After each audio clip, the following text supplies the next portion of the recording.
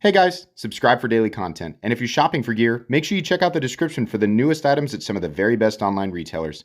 There's also links for some of the items that I personally recommend. Thanks! What's going on YouTube? Metal Complex here and welcome to this week's episode of The Knife Guys. So what are we talking about today? We have no shortage of really cool stuff to buy right now. There's stuff everywhere, right? At the same time, we also definitely complain, myself and I say we, but I'm talking about myself. I'm like, there's nothing to buy. Then that's everything I want is sold out, right? Something that we have seen a lot more of recently is people designing a knife for the first time, choosing one of the the typical OEMs, and then having it actually take off. That was something that was relatively unheard of years ago, and now we see that happen. For example, the Knoll Knives Raiden is a great example. This guy just decided to design a knife and have it made by Riot, and a bunch of us got a hold of it. I tried to reverse flick it with the left hand. A bunch of us got a hold of this thing and the prototypes, and we were like, holy moly, this is awesome, right? There's a bunch of other stuff. I've actually got another one over here that I should have gotten on. I think I will. Share it with you guys here real quick. And you should definitely check this out. This is the Golden Design Works Standard. This is a prototype, but titanium liner lock, really good, minimalist profile. It's got a little bit of its own spice and zazz and stuff, but yeah, really good. I like this, right? These oftentimes, these things we could take, for example, like Vero Engineering knives are all, to my knowledge, manufactured by Bestech. I don't know if there's something else being made somewhere else. I'm not really sure. But we see, largely Riot, Bestech, or we. Periodically, we see designers go through Maxace, right? Or Reich, right? Microtech even will sometimes use Reich. These companies all offer some type of OEM service to individuals in some cases looking to like, hey, I will purchase. As a lot of these OEM services are like, okay, if you want to do something with us, it has to be a minimum run of X amount of units. You can't just be like, hey, I want to do a prototype. Can you make that for me? And then just make like 10 of them. They won't do that. You got to make a bunch. It's got to be worth their time, their effort, right? They have to be able to make something off of it. So they got like a minimum amount. I don't know exactly how much, but I remember talking to some of these designers and figuring out this is how it works, essentially. And so the person behind the design is putting some money into it, but there is a benefit, money to be made for Riot, and then there's money to be made, with the markup from the final product, right?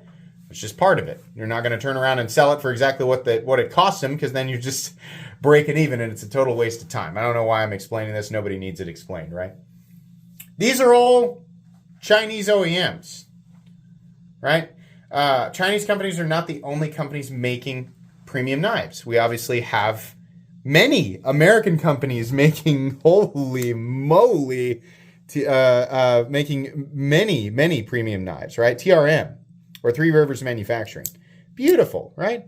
But you can't get these. They can't make enough, right? They can't keep up. They can't create these. And a lot of people, it's artificial scarcity is what it is. No, it's just you sitting there pounding your fists and unable to come up with a reason behind, the simple fact of supply and demand. In this case, we have a manufacturing output that cannot keep up with the demand, right? if TRM could sell 1,000 more of those a month, definitely they probably could, right? Then they were able to make them, then they would make them. They would do that, right? There's no like evil plan. It's just what people do when they get really frustrated. I know sometimes artificial scarcity rears its head in the form of sprint runs produced by companies who can create as many as they want, right? Or at least a much larger amount. Sure, but if we're talking about TRM and Hinderer and all those knives that are always selling out, they're operating at maximum capacity. and they're selling out, right? Even as these companies have grown and taken that money and invested it in themselves, right? And increased their manufacturing output, increased, their the number of employees, right? And then the name spreads and the company grows in popularity and people like me shout them, hey, look at this, buy this, right? And then now we can't keep up with the new payload, right? That's what happens. Yeah, we got Demco doing awesome stuff. Still got Hinderer. We got Tactile, super underrated company, right?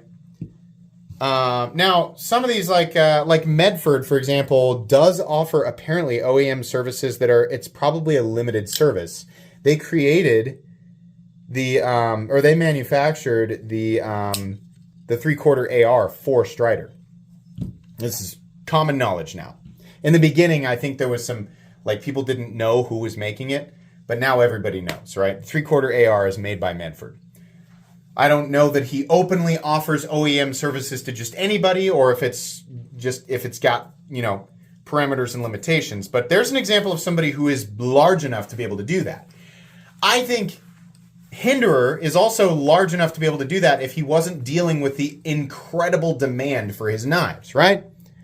He makes a lot. The Hinderer knives has definitely grown in size, but they are still struggling to keep up with demand, right?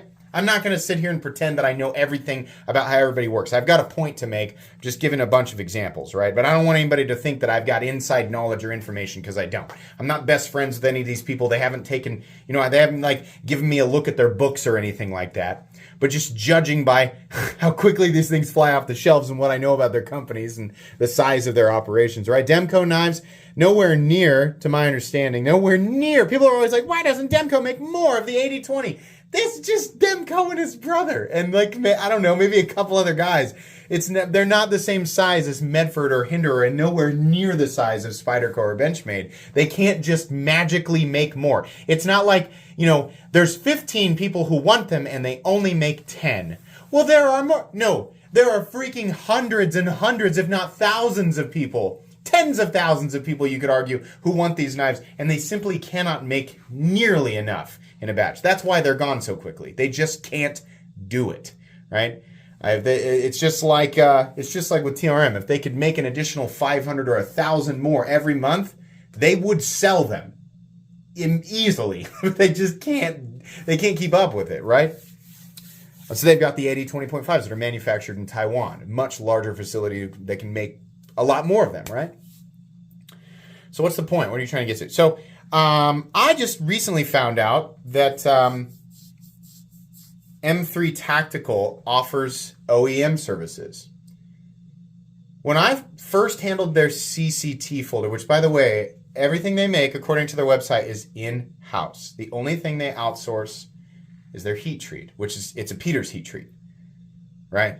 So it's still, it's still, that's really common, right? Hinderer does that, right?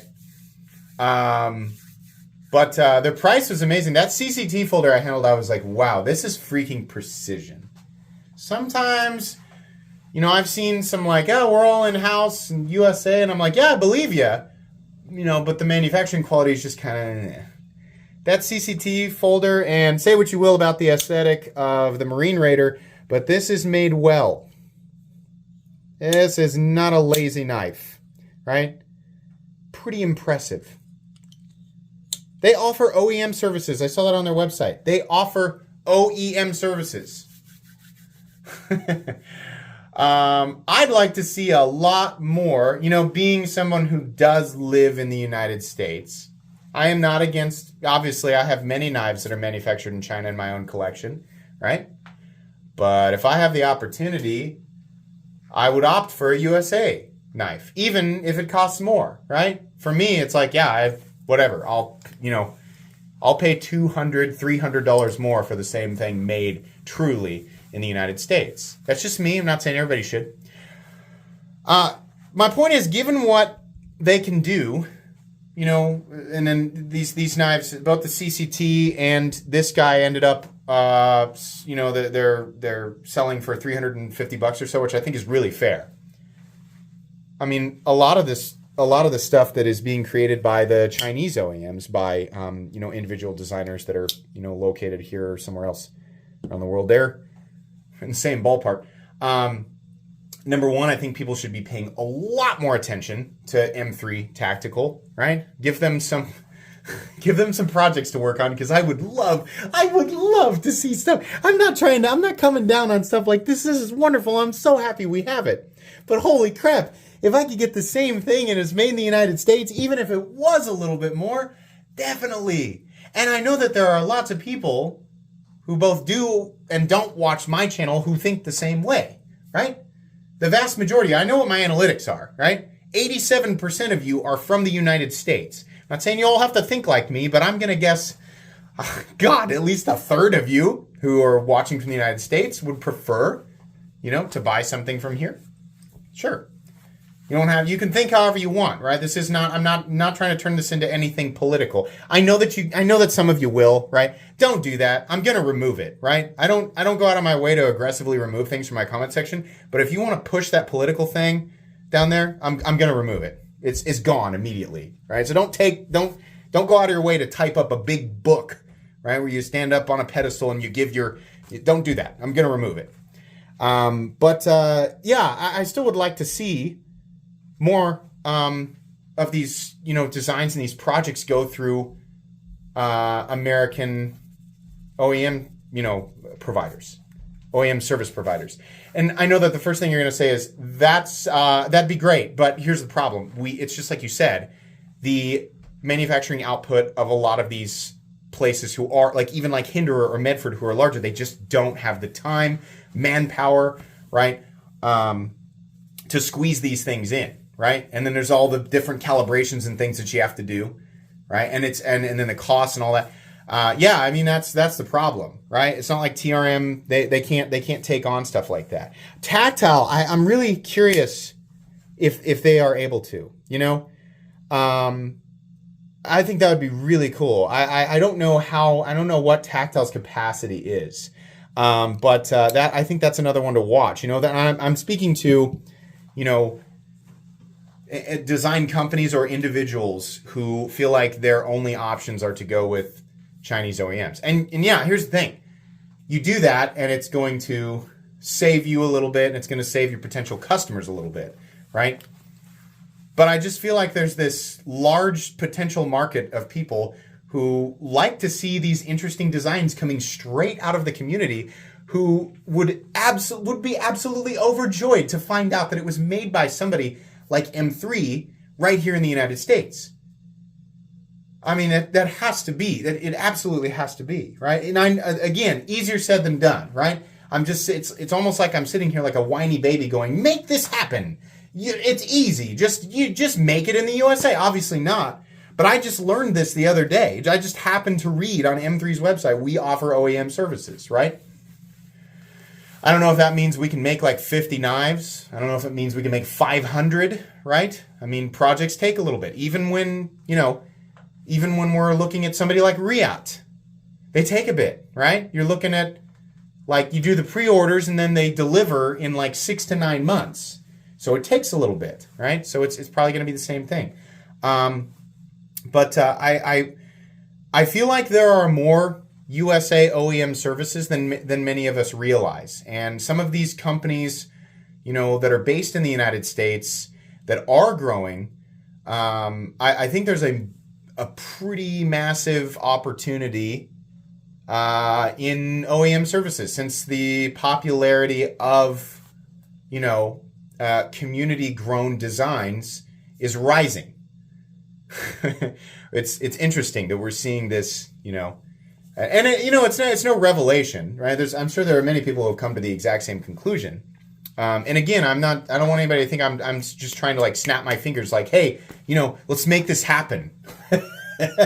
Obviously it's not that simple, or everybody would be doing it, right? But I said in my review of the, and you guys probably haven't seen it yet, it's actually scheduled for a ways out.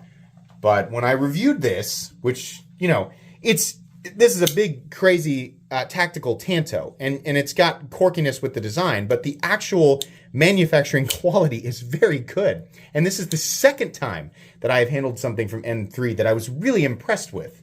So, it was in that video that I said, I really want to highlight the fact that they are offering OEM services, because that,